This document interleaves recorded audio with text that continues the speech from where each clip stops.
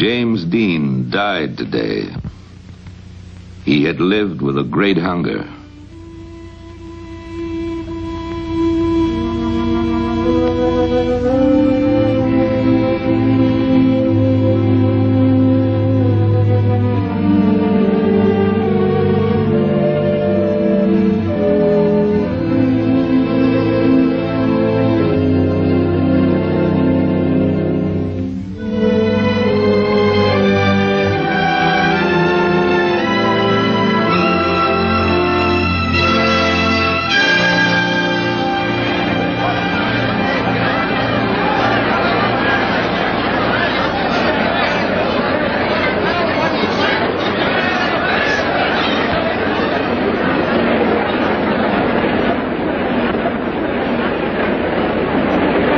His last film was Giant. When it opened more than a year after his death, Hollywood celebrated with the biggest premiere in a decade.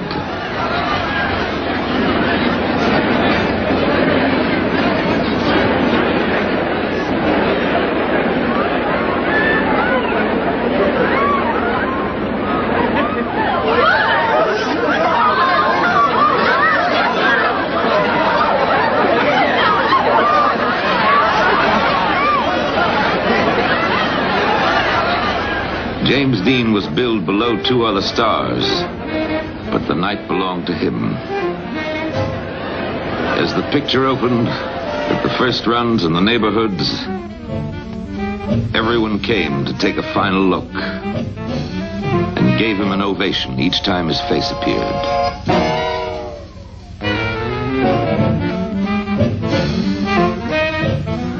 They had made James Dean. They wouldn't let him go. To keep him close, they made a legend in his name.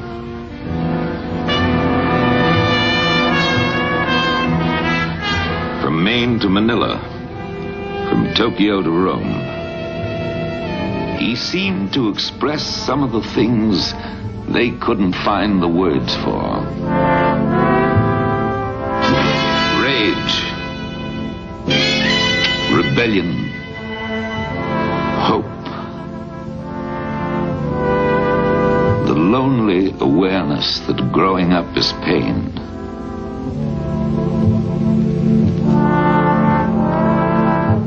They wore what he wore. They walked as he walked. They played the parts they saw him play. And they searched for the answers they thought he was searching for. Some found a kinship they had never known before. Youth mourned itself in the passing of James Dean. Because he died young and belonged to no one, every girl could feel that he belonged to her alone. Because he died violently, every boy could use him as a warning to his parents. If you don't start understanding me, I could go the same way. A hero made of their loneliness. A legend woven from their restlessness, their energy, their despair. What is the hero to do with James Dean? What is the legend to do with his life? To those who made the hero, to those who wove the legend, this picture is dedicated with affection and with hope. If there is an answer, it belongs to them. To separate hero from legend, we must go back to Fairmount, Indiana, the land where he spent his youth.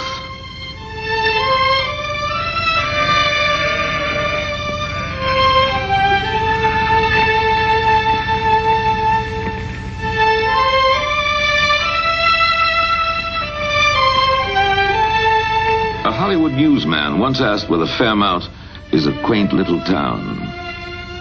Fairmount is little, but it isn't quaint. It's a useful town, used long and well by useful people. Farmers mostly. One of them told us, "It's a pretty good town. Good place for a boy to grow up." There are two ways of coming to Fairmount. We came by road. Jimmy Dean came by rail. He was 9 years old.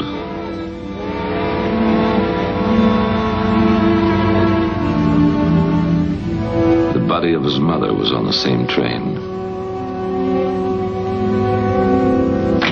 It was a lonesome way to come home.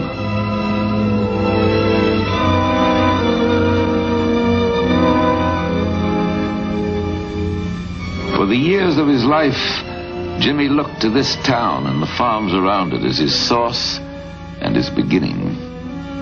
A quiet land to come home to. A place to replenish himself. The road he traveled that first day became an artery of his life. It lies between cornfields and meadows. Passes close to the Quaker church where he prayed. Passes Mr. Carter's motorcycle shop, where he learned about speed. And the cemetery, with its generations of Winslows and Deans. The road comes at last to the heart of his childhood. The Winslow farm. Home of his aunt, Hortense, his uncle Marcus, and his cousin Marky. The farm seemed strange to him at first. And the house seemed very big. He was left by himself to get over his grief. Woke up crying from a nightmare. He was dreaming of his mother. He would always dream of her.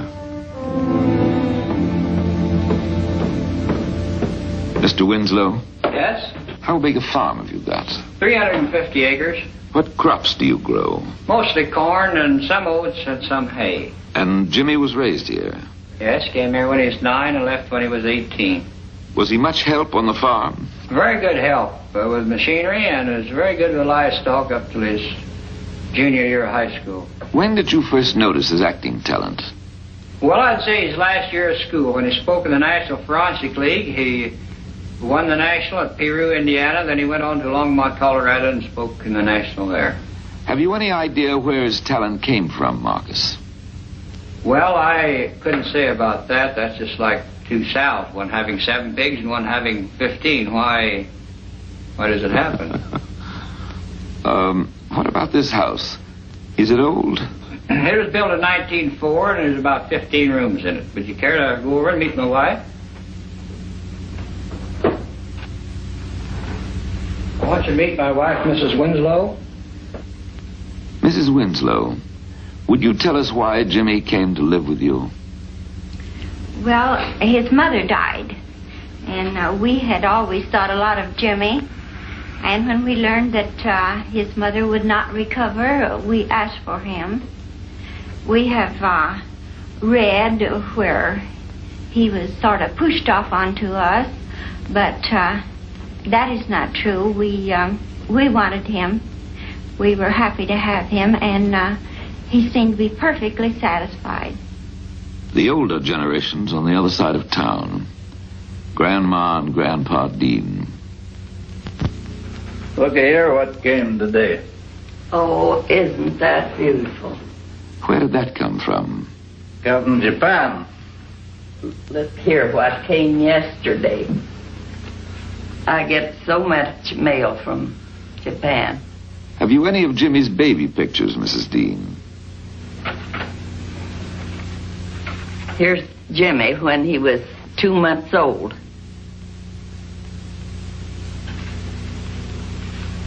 And then here he is again when he was 2.5 years old.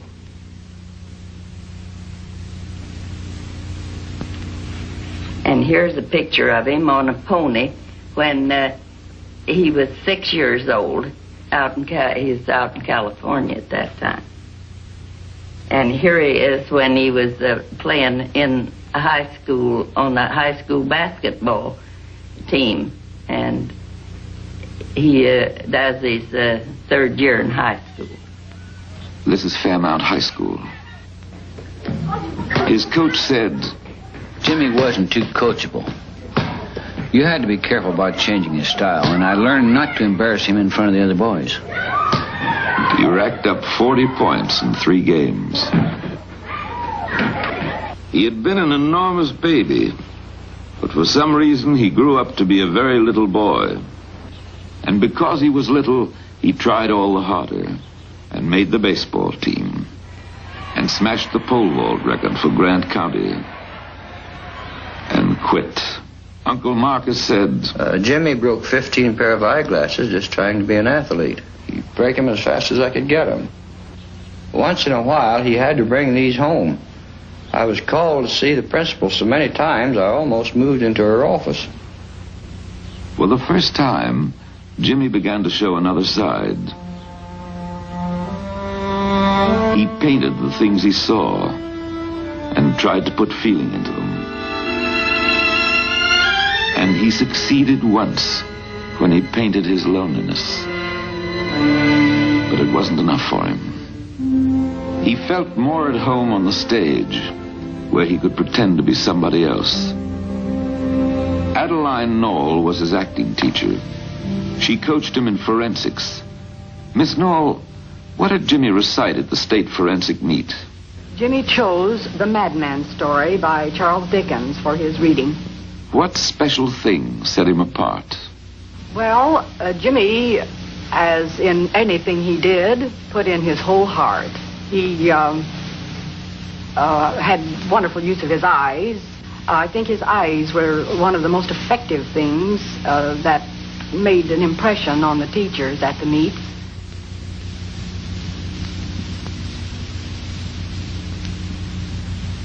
He won.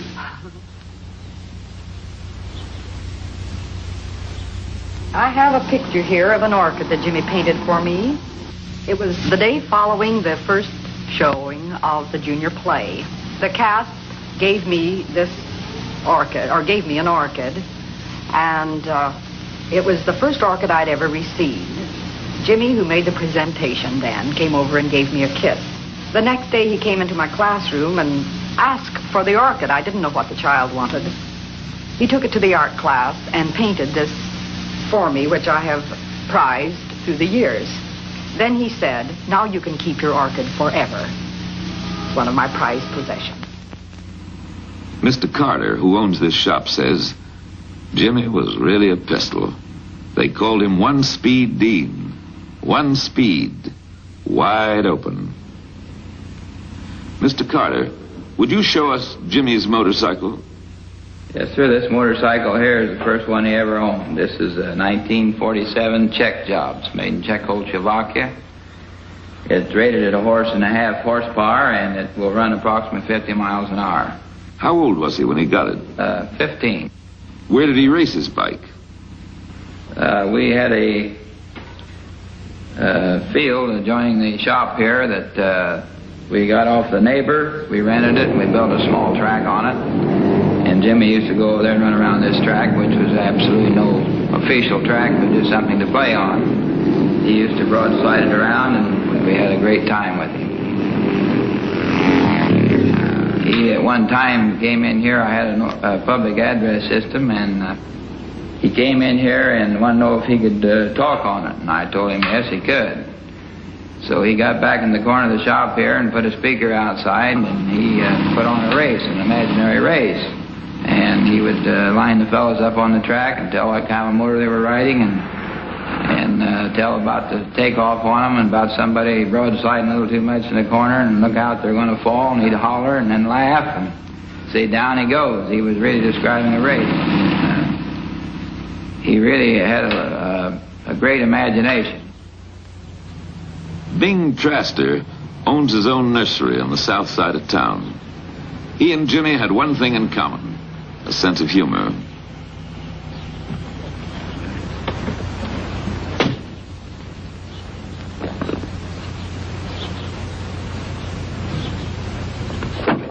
Mr. Traster, have you known the Dean family very long? Yes, I was personally acquainted with 4 generations of the Dean family. Did you know Jimmy Dean? Yeah, I knew Jimmy Dean. He was one of the boys around town, and knew them all, of course, naturally. How did Jimmy impress you, Bing? Well, yes, Jimmy had a little something up here that the other boys don't have, or haven't had, or haven't noticed it in them. The old Dean homestead is out here a mile and a half south where his father was born, and his grandfather also lived there, and his boy, I don't know whether his grandfather was born there or not, but the great-grandfather lived there. And when Jimmy kind of get down the dumps or get the blues, he'd get on his motorcycle and go out here at the old home place, the old homestead, and meditate a while. It seemed to derive a certain amount of comfort from it, being where the ancestors used to live. And he had spiritual values that the average kid didn't seem to have. Is there anything out there now? Shade trees, a few fruit trees, some weeds. The farm's changed hands since the Dean people lived there. What about Cal Dean? Well, Cal Dean was an auctioneer. He was a farmer to begin with, and he went someplace up here about Banco, which is in the northern part of Wabash County, to attend a sale. And the regular auctioneer didn't show up, so they called for volunteers, and Cal volunteered and got up and cried the sale and made a big success, and he was a sale crier from there on. He was Jimmy's grandfather? No, he was Jimmy Dean's great-grandfather. His great-grandfather, a man about my size, a little larger. He a little more bay window. You think he got his talent from Cal Dean? Well, yes, Jimmy got quite a bit of talent from the Dean family. They're all showmen. Old Cal Dean, the great-grandfather of Jimmy, he was quite a showman himself. And old Cal Dean had a cousin lived at Somerville. That's a town south about 5 miles. He was also a sale crier. And he was good getting off stories. Some a little off color and get by with them all right. Kept the crowd laughing. And Cal could do the same thing. He seemed to derive a certain amount of comfort from it, being where the ancestors used to live.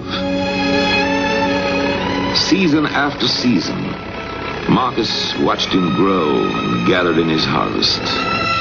But of all the harvests his farm had grown, the most plentiful were his children, and he looked upon Jimmy as one of them. He seemed like a happy boy, not quite like the others perhaps, but not so remarkable either. A boy who liked his garden and was proud of the things he grew. A boy who liked to fool around with his little cousin Marky, who grew up to be his brother. A boy who liked animals because they accepted him as he was. And they were gentle. And who had a dog he named Tuck for reasons of his own. But no boy is exactly what he seems. And Jimmy had his own secret world. He left only 3 doorways for us to look into it. A tree in an empty landscape, which he turned to in his loneliness. A mother's grave, which he turned to in his questioning and in his dreams. And a clipping he saved to trace the steps of his fulfillment. These are the needs, it says. The need for love and security. The need for creative expression. The need for recognition and self-esteem. He made this statue and he called it Self. But it had no face.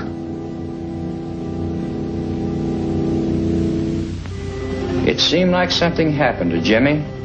He started pulling into himself and didn't share things with us anymore. But maybe that's just growing up.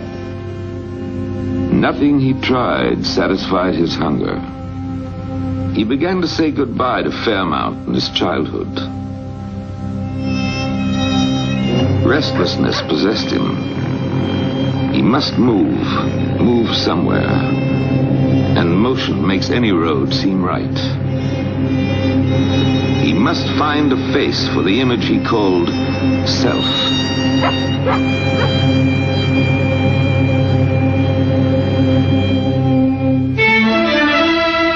Every block in Los Angeles had more people in it than the whole town of Fairmount and all the farms around it put together. And none of them had ever heard of Jimmy Dean. He could be anything here. He looked down at the city and planned his strategy as he had often looked at a winter field and considered the crops he would grow. Maybe if he behaved like everybody else, he might belong somewhere and become something. and he came down the hill.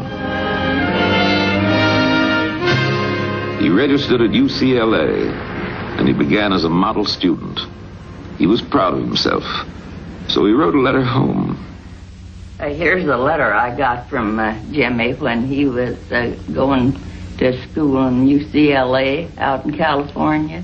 He wrote that he was very busy and working awfully hard, and the semester just ahead was even harder. His grades were fine for a change. 4 B's, 1 C, and an A. He was taking lots of drama in school, and he had just landed a good part in a student play. And he said to his grandmother that he was really finding out one thing, that an actor must be an intellectual, which takes years to develop. If he was going to conform, he'd do it all the way. So he tried to do it royally and joined Sigma Nu. What's your position, Bob? I'm president of Sigma Nu Fraternity. I pledged the house in February 1952, and Dean pledged in September 1950. We looked through the files a couple months ago to see whether we had anything from Dean, and this is his pledge application. This is an application to the National. In the financial records, we after his 4 months of pledging, we noticed that he has a $45 deficit on his house bill, which he never paid, of course. John, when did you meet Jimmy? I first met Jimmy Dean in fall of 1950 during rushing, and I was quite impressed with him. I talked to him several times during rushing, and he seemed real sincere, though he was quiet. Well, he pledged, and then it became quite apparent after a couple of weeks that the controls that are exerted over a pledge were a little bit, he just couldn't accept them was the main problem. Things like missing Monday night meetings. He had his original, or his final bit of trouble, I guess you would say, and it ended up in a fist fight between him and one of the pledges. And he walked out in a huff, and that was the last anyone ever saw of him. Who am I, he wondered. I don't want to be alone. I don't want to be different. I need people, but I keep pushing them away. I've got all this love to give. He took his envy to the beach. He looked at the ocean, and he was jealous of its power.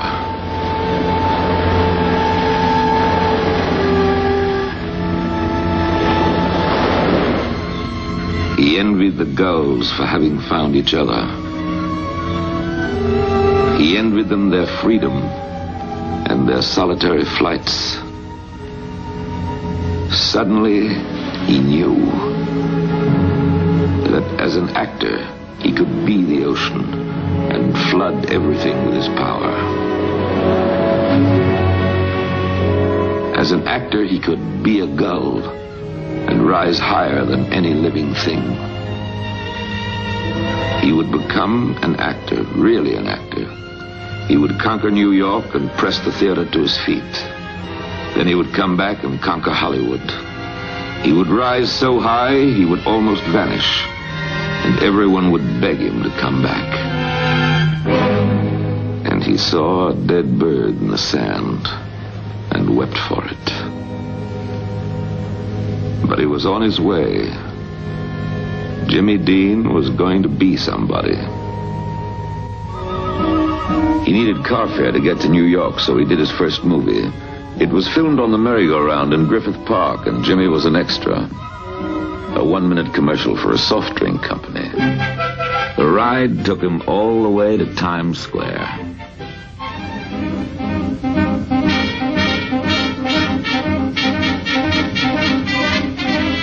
The city showed him its 9 million faces, and he tried to absorb them all.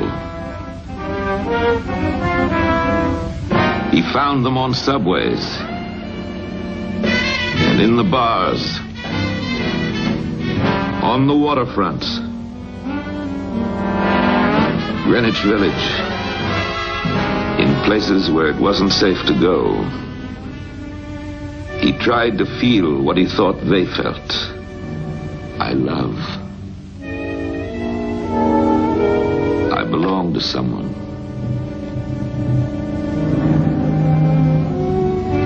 I don't belong to anyone. Always the onlooker. Always just outside.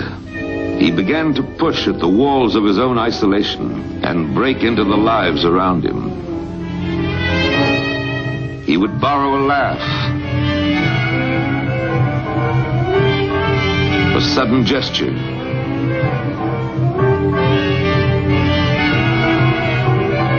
the droop of sadness. People were his food, and he ate them up hungrily to help him build his actor's face. His appetites were large, but he was never quite full. Neither was his suitcase. He thought sleep was a waste of time, and if he slept, he might miss something. Afraid of his solitude, afraid of his dreams, he prowled through the nights like a hunter.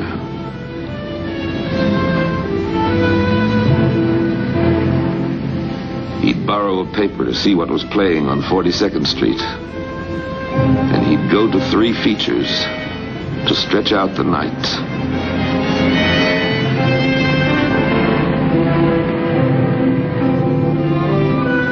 Sometimes he'd register at a small hotel that was left behind when glamour moved uptown. And when his money ran out, so did he. But he found a second home. Jerry's bar, where he was always welcome. The gentleman on the left is Louis. He was Jimmy's favorite waiter. The one on the right is Jerry. He owns the place. How was his appetite, Jerry? Always spaghetti. He was a spaghetti boy. He says, I'm going to be an Italian by spaghetti eater. He laughed like hell because he thought he could roll him just like an Italian. I taught him once, and he followed again and again. And he used to laugh every time I looked at him. He could roll spaghetti just like he was born in Naples, Italy. Care to comment, Louis? Well, I can say plenty about him because he used to come in at times, you know, that he didn't have anything. That's when he first started. And he used to ask me or ask the boss, is it all right if I get a plate of spaghetti? And you make good for it? So the boss said, sure, go ahead, give it to him, you know? And so things and so on. Did he ask for anything else? Yes, he did. Many times I give him rent money. And he always paid me back. When he made it, he paid me back. Then he promised me, he says, Louis, he says, if I ever get up on top, he says, I'm going to take care of you. Could you tell us about the champagne episode? You mean when he came in with the bottle of champagne that he bought from the outside? Well, he came in that night, he had the champagne wrapped up in a bag, a package, and he told me, he says, Louis, come in with 3 other boys, and he says, Louis, he says, give me a few glasses here and open this bottle for me. So I said, Jimmy, I said, look, it's against the rules of the house, and I can't do that for you. But if I do that for you, I said, I lose my job. Because we carry champagne in here, and you can't bring it in from outside. You know? Just buy it here. So take that home with you. In other words, and you buy some here, and then you drink it up. So he got so peeved that he opened the bottle, he ran to the beer cooler, and he dumped the whole bottle in the beer cooler. Then after that, he says, well, bring me some champagne. I said, what do you want, a quart, a fifth, or you want splits? He says, bring us 2 splits. Then he bought 2 splits, and he says, well, divide it up between us. It was 4 of them. Did he ever bring his drums? Oh, bongo drums. He used to come in there, you know, for a couple of nights. He used to bring it on his back. He used to carry it on his back, you know, with a strap. Dungarees, you know, and the thing, he looked like nothing, you know. A lot of people used to ask me in the place. They say, who's that boy there? What is he? He said, boy, he's going to be a big actor someday. They say, you're crazy. I said, it's Jimmy Dean, you know. Said, nobody wanted to believe it, you know. So anyway, he came in with the drums, and he started rap on the drums, you know. And he was making so much noise that everybody was getting annoyed in the place, you know. So I went over to him. I said, Jimmy, I'm sorry, but you can't do that. And he got peeved again. You know, he was a boy that, I don't know, he was hard to understand, you know. It's a wonderful, generous city behind the brick and mortar, Jimmy said. And it's full of perceptive, wonderful people. People he wanted to work with. People he wanted to know. People he hoped would respect him one day. Whose names were written in lights, and he wondered how it would feel.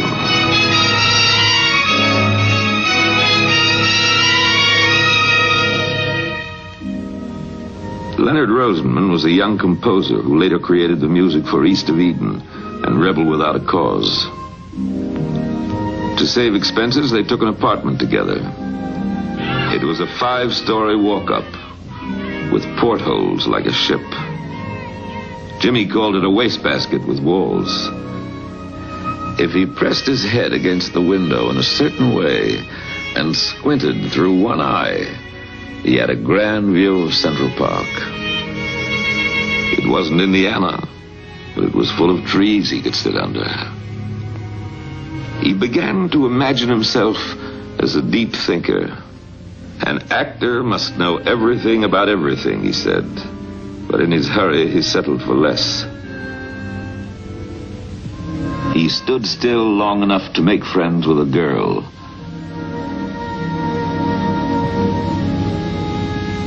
Arlene Sachs. I knew him. Once I told him I loved him, but he pretended he didn't hear. And then he said, "You can't love me," and I don't think anyone can yet. We listened to music together, Bartok and Schoenberg and Mozart.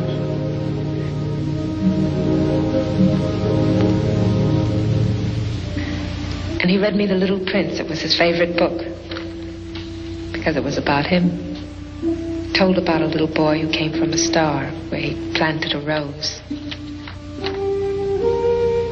The boy loved to look at the stars because he had faith that somewhere on one of them a single rose was hoping he'd come home. Then the little boy died. Well, once he was playing his recorder, he hit a wrong note and he burst out crying. That made me cry too. And all of a sudden he'd do something no one ever thought of doing before. So you'd have to laugh at that. And then I'd see his mind go away and hide somewhere, and I'd ask him what he was thinking. He'd say, "I'm thinking of my mother." And I'd say, "Do you miss her?" And he'd say, "Come on, let's get a hot dog." And we would. I always had the feeling I should open the window and say, "Fly, bird." He pounded the pavements looking for work. And he wrote letters home. And when he wrote to Aunt Hortense, he always started with, "Dear Mom." And he said he felt ashamed to be always needing something. But if she was going to send him a Christmas present anyway, he'd rather have the money. And he wrote to them all and said he could never forget what they'd done for him, and that he wanted to repay them by being a big success. And he'd try not to take too long. And he finally made it. Yes, one night, it was a Sunday night.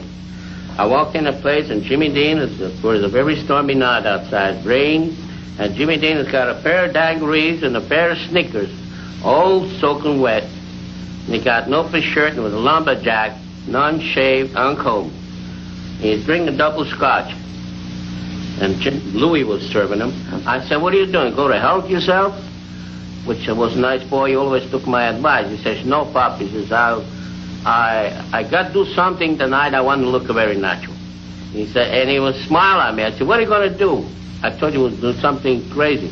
He says, "No, I got to do something a little while that surprised you." So time came, he got up, he said, "Look, I'm going to be right back. Set the television at such station." We set the television, he appeared on G-Man in action. He's a drunken waterfront man. Just the way he got up out of my seat. Came back about 20 minutes late. He laughs like hell.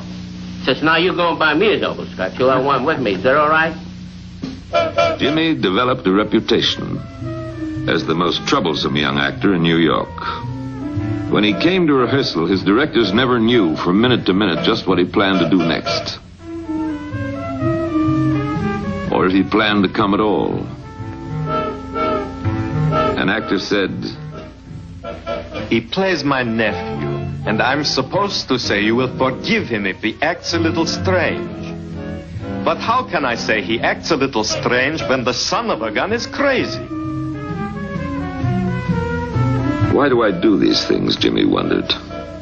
And he really didn't know. But he wanted more than television. And a small building on an unimpressive street drew him again and again. The Actors Studio. Lee Strasberg taught here. So did Kazan. To be the best, he had to learn from the best. He would prepare himself. He tried a new experiment. He got a haircut and joined a dance class to get his feet out of the furrows and to find an actor's grace.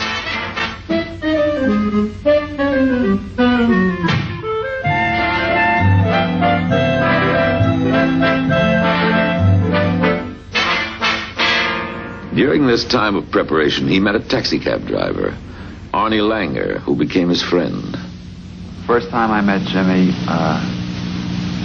he had a date with a girlfriend of mine. Brought her over to meet me. I didn't know who he was. He hadn't been in the movies yet. He was on TV, but I drove a hack at night, and I never saw him. So he was just a guy. He came in the house. He was very shy. And didn't impress me. And we went down. We bought some food, which I paid for. And we got up the house. We ate. It wasn't included in part of it. There was 4 of us, and he was like out of it. He was always studying people, taking their physical characteristics and using it in his acting.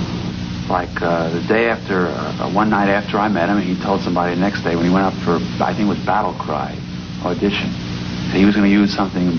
He was going to make believe use Arnie, because that day he decided he would take certain things from me.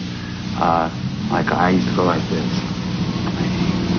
He would use that, and he used objects beautifully. He had a way of diverting attention from other people. Like somebody else was reading a line, he'd do something like, like this, and always, be looking at that. And that was part of his sensitivity. He felt he was ready to audition for the Actors Studio. So he went to see an actress named Chris White. She was trying for the studio, too, and he hoped she might help him. She said, "I wrote the scene for our audition, which Jimmy promptly rewrote. We rehearsed for 2 months, and he never played the scene the same way twice, even the day of the audition. But it was a terrific improvisation, and they let us stay on 3 minutes longer than anyone else." The letter he wrote home was full of excitement and repetitions.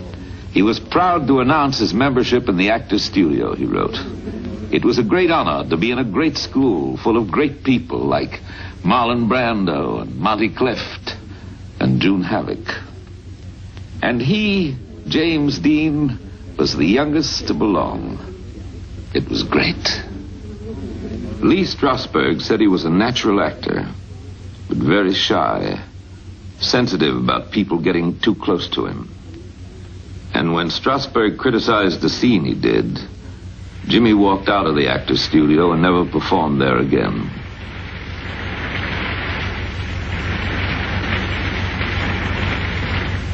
He was offered a contract for his first Broadway play. Mr. Ross was in charge of press relations for See the Jaguar. Well, I'm afraid that Jimmy Dean's first bath of fire in the theater wasn't too glorious. The play opened on a Thursday night, I seem to remember, and closed on a Saturday night that same week. The critics didn't like it. The critics didn't understand it. His next performance was in Gide's The Immoralist by Ruth and Augustus Getz. Jimmy was part of an excellent cast. Geraldine Page, Louis Jourdain, and David J. Stewart. He played an Arab boy and had to perform a seductive, insinuating dance. The Arab boy lived in a date grove on the desert and came between a husband and his wife and destroyed them both. On opening night, the critics greeted him as a brilliant and promising young star. And he remembered the ocean he had envied, and the seagull in its flight. And he knew he had found his power. The theater and its people made him welcome. But he fought with the producer and quit the show 2 weeks after it opened. In New York, he had won the reputation of a rebel. He had denied himself all the things he wanted most. He had denied himself the pleasure of his own success. The respect of people who had been his gods. He had denied himself. Why do I destroy the things I build, he asked. And he sat under a tree in Central Park and wrote a letter to his cousin Marky to thank him for some drawings he had sent. But he was really writing to himself. Dear Marky. We asked Marky if he remembered what Jimmy wrote to him. And this is what Marky told us. Jim said he wanted to thank me for my drawings, but he had to warn me about something. He said it's easy to draw pictures of soldiers and people shooting guns and jails where they lock people up. But he said I shouldn't draw these things because they aren't good to draw. He told me that I live on a land that God has blessed, with trees and rivers and the ocean and all the animals I see, and houses where people can open the door whenever they want to. He said these are the things to draw, and all I have to do is look around to see. And Marky told us how Jimmy had ended his letter. These things are harder to draw because they are harder to grow. My love to you, Marky. Jim. He went up to the upper Bragg to see Jimmy. Went to California to make pictures. When was the last time you saw him, Louis? The last time I saw Jimmy is when he went to California. He went to Hollywood to make the big picture, you know? That was the last time, and then we had a nice party there for him. A lot of people used to ask me in a place. They say, who's that boy there? I said, it's Jimmy Dean. You know, he was a boy that, I don't know, he was hard to understand, you know? He was flying to his director, Elia Kazan. When he chose Jimmy for the part in East of Eden, Kazan said, Jimmy was it. He was vengeful. He had a sense of aloneness. He was suspicious. He let you into a private club that had only a few members. Fly, bird, fly. Fly, bird.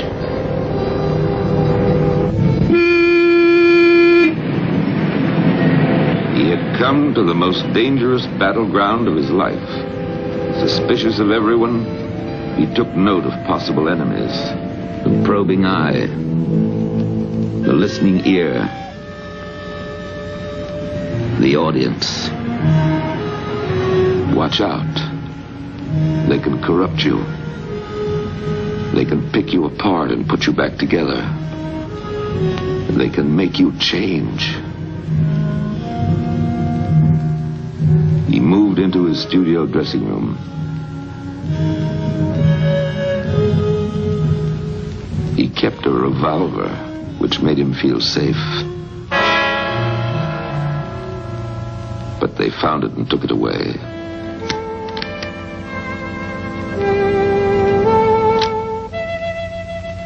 He bought a new motorcycle so he could move fast and alone.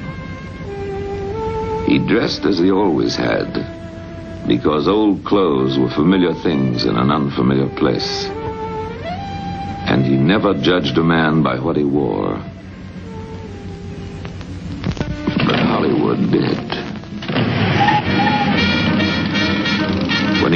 crowded streets as he had roamed Times Square, Hollywood said, "Look at those boots. Who does he think he is? Marlon Brando?" But the more they criticized, the more he refused to change. He felt that he owned so little, he had to defend it a lot. Possessions were important to him. To be able to buy the things he wanted meant that someone was treating him nicely, even if that someone was only himself. And when a stranger broke his headlight, he cried like a child, as if he were the one who was injured. The Villa Capri reminded him of Jerry's Bar in New York. He felt safe there, because Patsy and Billy were almost like Jerry and Lou. They took him as he was and accepted his suspicion without comment. Well, he used to come in almost every night, and he used to come in really after work, and he used to dress with overalls, just to do way see any man working dick ditches, you know. Nothing fancy. In fact, I never saw him dressed up good, really. Did he have a sense of humor? Yeah, very much. In fact, sometimes he used to come in at night and sit down at this booth and talk a few words in Italian. He liked to talk Italian too, you know, a little bit. He tried to learn Italian a little bit. And sometimes we don't have no table. We were so busy, he used to go and eat in the kitchen. And never bother him nothing. This was a really fine man, a fine boy. Nothing about him. We get most of all the stars in Hollywood, and Jimmy, being here almost every night, used to meet them all here. And he was quite a favorite of these stars. Milton Berle, Sammy Davis Jr., and he tried to believe it when they said they liked him. When he started work on East of Eden, he discovered that a movie actor has to get up earlier than anyone else. He trusted Kazan because Kazan seemed to trust him and allowed him to pace his own performance. They had signals. When Jimmy was ready, he'd whistle. And Kazan knew he could begin. Stand by. Action. William Zinz's review in the New York Herald Tribune was not only a description of his role in East of Eden, but also of Jimmy himself. He wrote, "Everything about him suggests the lonely, misunderstood 19-year-old. He has the wounded look of an orphan trying to piece together the shabby facts of his heritage. Occasionally he smiles, as if at some dark joke known only to himself. You sense badness in him, but you also like him." Before Eden was finished, Hollywood knew that James Dean was the most important new star of the year. It gave him the courage to take a chance on himself and to fall in love for the first time. She entered his longing and his life, bringing a depth of compassion and a hopeful, half-remembered tenderness. She quieted his violence, and he felt himself grow still.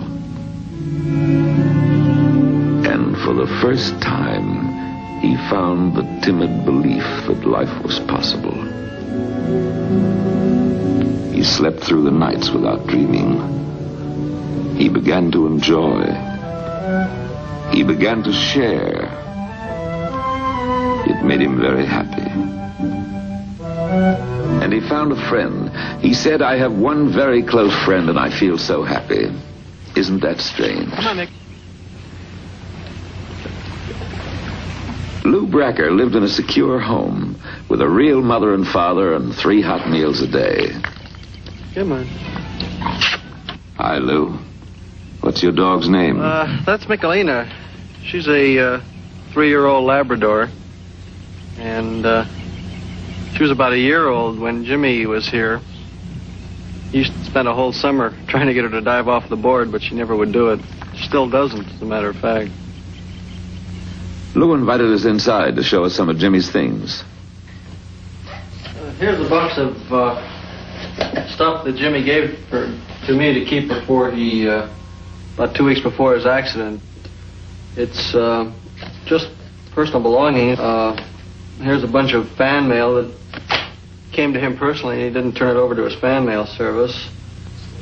Here's a couple of snapshots of Jimmy working on his car before the Palm Springs road races in 1955, which was his first road race. Here's a guy that wanted to sell him an oil well. Some phone numbers and a Diners Club bill. Here's a little write-up after the Palm Springs races. It says, third spot went to young motion picture actor James Dean, driving his first race in a Porsche Speedster.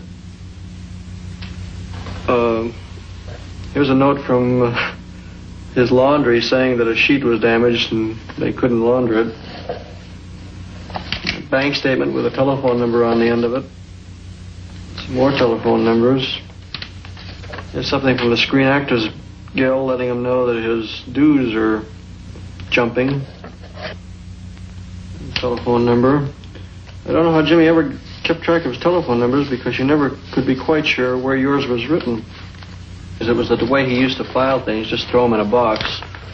And it might surprise you or the audience to know that Jimmy was fantastically interested in business. He himself always wanted to have his own company. As a matter of fact, he wanted to become a director. He felt that there was more room for self-expression, certainly more freedom of movement in being in direction than in acting. So actually he was learning a little more how to get along with strangers, and also the things that he would read about himself hurt him. He would be bothered when someone would say that he was mean and disrespectful, because actually he wasn't. It was just, they took silence to mean that he cared little or nothing for him. They didn't have the insight or didn't care to exercise their insight in knowing that here was a shy boy that just didn't know how to approach him, and they didn't make, instead of making an attempt to approach him, they just said, well, they just wrote him off. It seemed that he was always losing the people he cared for most deeply. So it had always been, so it would always be. So be it. He became the night wanderer once again, looking for a place to unload his tenderness and finding none. So he bought a horse and gave it a manger of oats and a measure of love. Lou Bracker has it now. It runs free in Santa Barbara Meadows.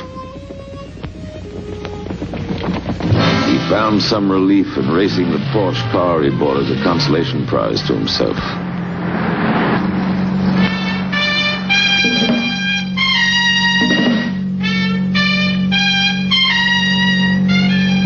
In his drums,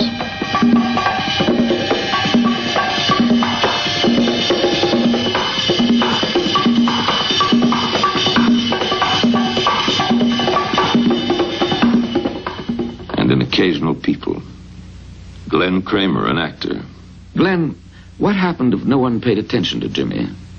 On dates, for instance. Well, I don't know too much about his dating. I know one or two of the girls he had dated. Lily Cardell, an actress. Where are you from, Lily? I'm from Sweden. I was born in Stockholm. What was he like with you? Well, now and then we could go into a restaurant like Villa Capri, for instance, which was our favorite place to dine, and we could all of a sudden just leave the table and go away without any excuse or anything and move over to some old buddy of his and start talking about cars or something like that and be gone for half hour. And he was also very moody. He could one minute be deep in thought about something and just snap out of it, and the next minute he could be up on the floor dancing, laughing, making some joke of some kind, you know. And it was just no use of getting mad at him for that kind of thing, because that just didn't do any good. You just had to understand that that was the way he was. That was the way he was. Nick Ray, the director of Rebel Without a Cause, knew what Kazan meant when he said Jimmy belonged to a private club that had only a few members. And he had his own way of winning the boys' trust. He took them to meet the rebels, so Jimmy could find the reality of young Jim Stark, the character he was about to play. Rebel Without a Cause was a drama of rage.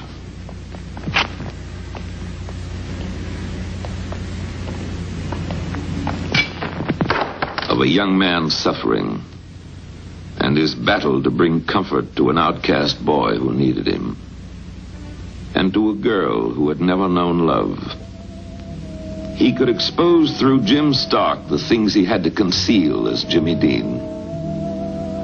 But when the film was finished, Jim Stark was gone. The performance was over. Success was nothing more than the concealing leaf which covered the tree of his loneliness. And after every job, the tree was bare, and winter returned to chill him. He knew that he could never hide from pain, but if he kept busy, he might forget it. So he threw himself hopefully at each new day and tried to connect with life. He tried to record life with his camera. He became interested in bullfighting because he fancied himself the matador, the solitary figure who brought danger to its knees.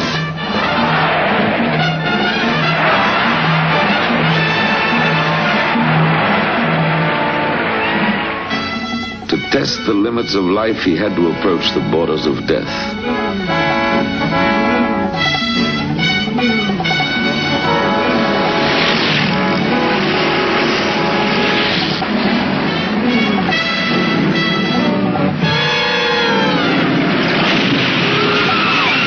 He beat out the rhythms of his life on a drum. And he laughed. His days thundered with the roar of his experiments.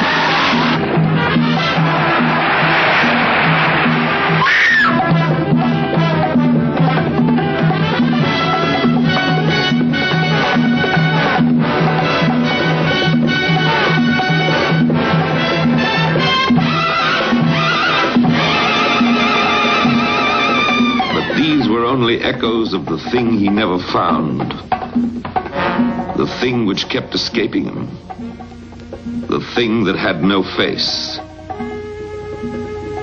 himself. The star was rushing home. Before he could go any further, he knew he must face himself, and he could only do it in Fairmount.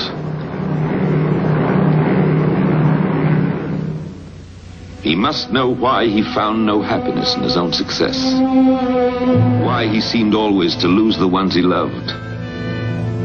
A writer friend had spelled out the question for him just the week before. They were having dinner together. No, I can't explain you, but I think I can draw a picture of yourself if you don't get sore. See, that's the thing we all have that we don't want anyone to see. It's very tender, our secret self, if you want to call it that. And that's the thing we have to protect. Now, most of us put a wall around it. Mirrors like this, see?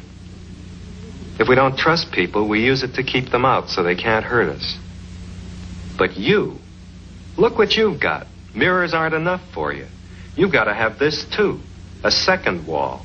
And it's all covered with thorns and spangles and shockers to dazzle people so they say, boy, he's really a hot apple. Look how interesting he is. Here you meet a director you really respect, and you do some darn fool thing that scares him off. Here you meet a businessman, and you say, gee, I'd like to be a businessman. Here you meet a composer, and you say, man, if there's one thing I want to be, it's a composer. So you're a businessman and a sculptor and a bullfighter and a composer and all those things. But that's not you. You never give anyone a chance to really like you or not like you because you never even let them in to see the first wall. You never say, hey, step right this way and see the real Jimmy Dean. So what's hiding in the middle, Jimmy? Why do you shut people out? Why don't you think you deserve anything? You think you're so dull that if they get inside they won't find anything and they'll walk out on you?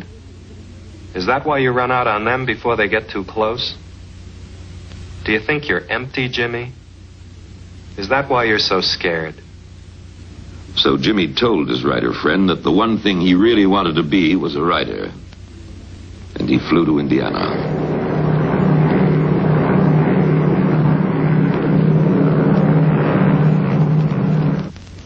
In Fairmount, he put on his farm clothes and listened to the stories people told. Stories about himself as a boy. And the old feelings came back. The empty feeling of being the outcast. He went back to his old high school. To deserve his success, he had to believe in his talent. But nothing the critics wrote could make him feel he had the right to be called the genius boy that everyone said he was. Maybe if he could discover some talent in his family, he might believe. He made this tape recording secretly. The microphone was hidden in his sleeve, so listen closely. You know, I played a character in the movie East of Eden. His name was Cal. Yeah. And I read that just before it come out here, the whole story. Well, I wanted to ask you, I went by the cemetery and there's a name out there, my great granddaddy. And his name's Cal Dean. Yeah. And it's so funny, that I played the character Cal, and Cal was your father. But what was he like? Did he have any interest in art or anything? No. Arty kind of kid, or what kind of guy was he? He's auctioneer, one of the best. He was one of the best auctioneers ever I've heard, and I've heard hundreds of them. Well, what's it take to be a good auctioneer? What's it take to be a good auctioneer? You got to be a good judge of stock. You got to be a judge of human nature. You've got to have a talent of it. Well, do a little bit of it. How you doing? Suppose you start with $5 on that. You say 5, 5 and a quarter. Who'll give me 5, 5 and a quarter? How's it go? Give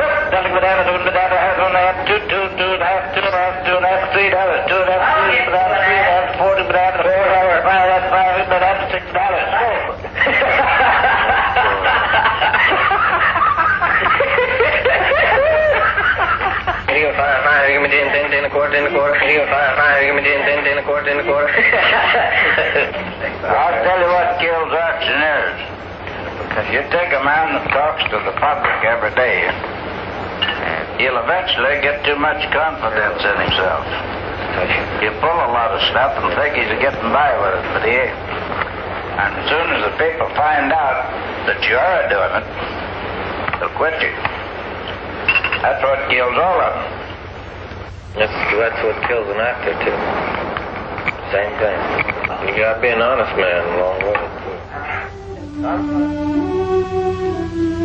But it didn't fill his emptiness. When he looked at Marky, he saw his own childhood gazing back at him.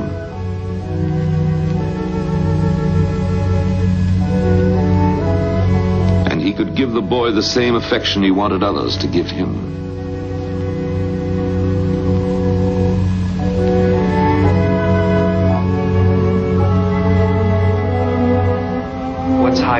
little, Jimmy. Why do you have to shut people out? Why don't you think you deserve anything? Because I'm bad.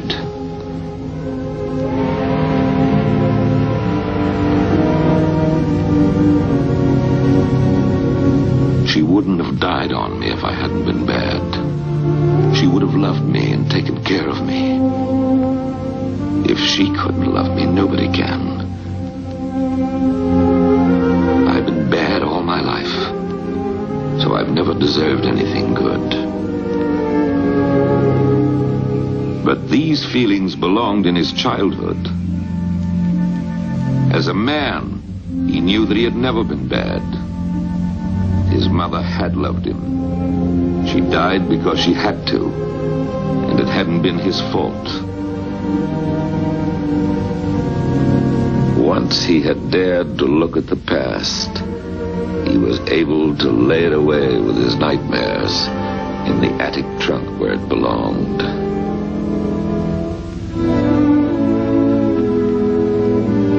He looked at the statue he had made, and he saw that the face he was searching for had always been right there. A good face. A nice face. He knew he need no longer be ashamed, because there was more than emptiness inside. Now it was almost possible to believe what people said of him. And he showed everybody in Giants, showed them that for all his evil, a man can still contain beauty. Showed them the things he had learned as a boy. How to pace off a field, as his Uncle Marcus had taught him. He could accept his stardom now. It was his right to have it. When he came back to Hollywood, he used his new position to make a traffic safety film for television. How fast will your car go? Oh, an honest miles an hour. Clocked, it run about 106, 7. You've won a few races, haven't you? Oh, one or two. Where? Well, I showed pretty good at Palm Springs. I ran at Bakersfield. People say racing is dangerous, but I'll take my chances on the track any day than on a highway. Well, Gig, I think I'd better take off. Oh, wait a minute, Jimmy. One more question. Do you have any special advice for the young people who drive? Take it easy driving. The life you might save might be mine. And he bought a new car. Jimmy, and I believe it was his mechanic or his other driver were sitting here in the last booth over there, and he was telling me about he's going up to, I don't recall the name of the town. I think it was in Bakersfield or somewhere up in that way, for this race. And Carmen, our chef, said, well, Jimmy, we won't see you tomorrow, so I'll make you something to eat. And following day, I believe it was right. The road to Salinas follows the bottomland.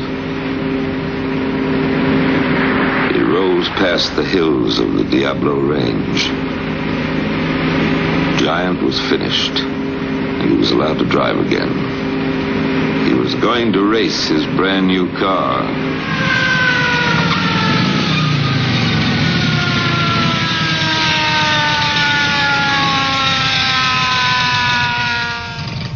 A policeman stopped him once for speeding.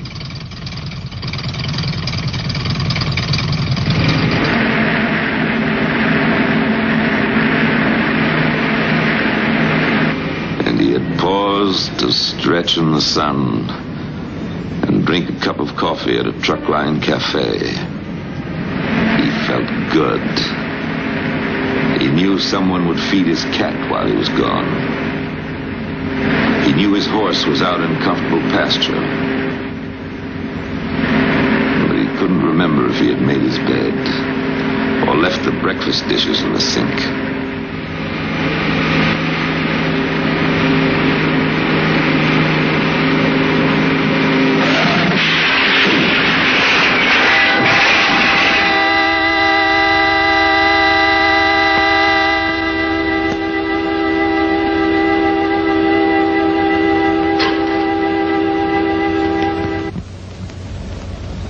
Traffic Officer Ronald Nelson of the California Highway Patrol. He reads his actual report, written at the scene of the accident. I received the call at 5:59 p.m. It occurred on US 466 at the intersection of 41, Friday, September the 30th, 1955. It was a sideswipe head-on collision. These are official police photos.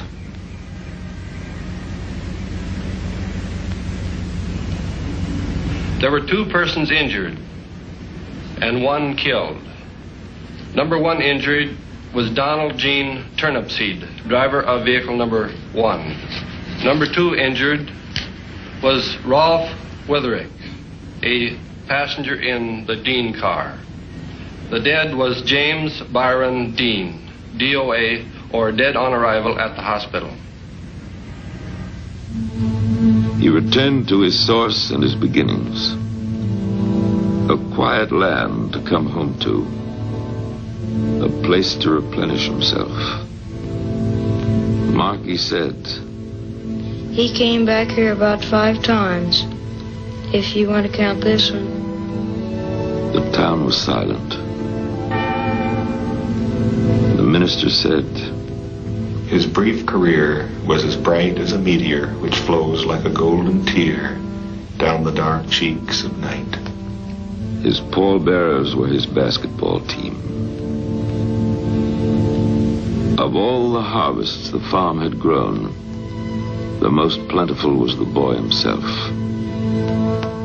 What is the summation of this life? The less than 300 months of time it took to spend itself. The 24 Christmas trees it saw. The thousands of mornings it looked out upon. The legacy of art it left, and stamped with its own signature. What can we say of him? We can say that he despised the things he was and loved the things he was trying to become. We can say that he left 2 cherished gifts. He was able to do what few in his generation had done before. To reach into a dark theater and let each person know that they were not alone.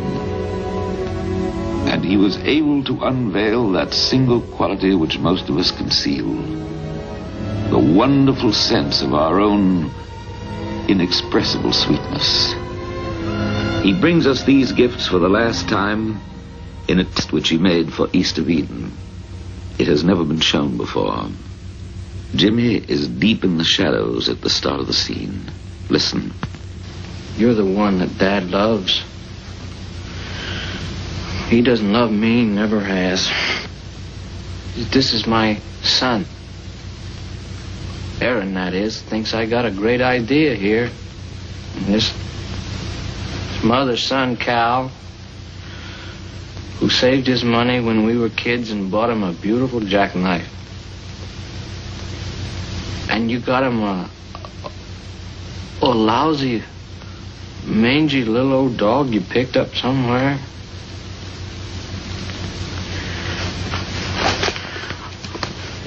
Well, he loved that dog, Aaron. He didn't even say thank you for my jackknife. Didn't say nothing.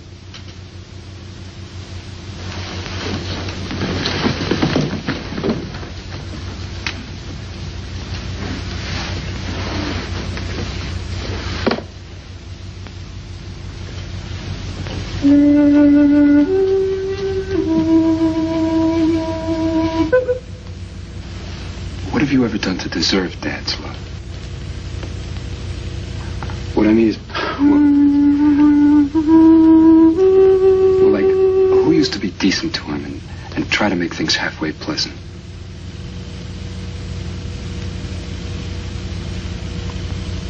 You did?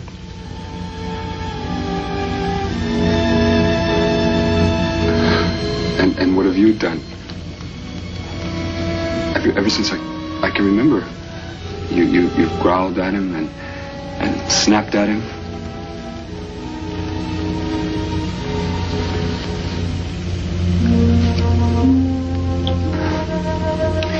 You can't win anybody's love by fighting them every minute, Cal. You gotta fight with them. You gotta show them that you're on their side.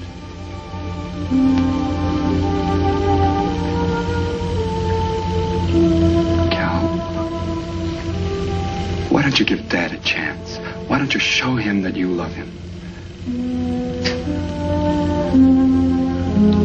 How? It's so easy. Just tell him. Show him. Why don't you do something for him?